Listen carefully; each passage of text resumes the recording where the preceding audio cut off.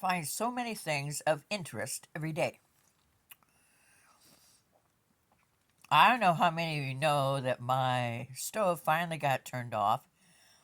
No, I didn't forget to pay the bill. I never wanted it on. It took me 3 years and a gas leak for the landlord to actually turn off the gas.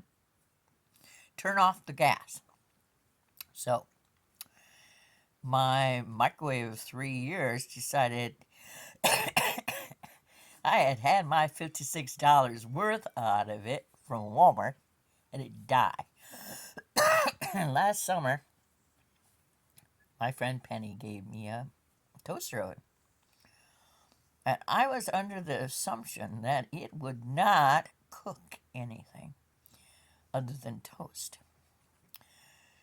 Do you see the bottom of one of my pot pies? I have singed the lip of the toaster oven,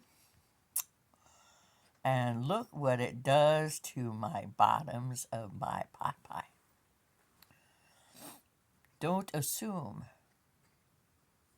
anything. Don't ever assume that your toaster oven is not going to get hot because it does.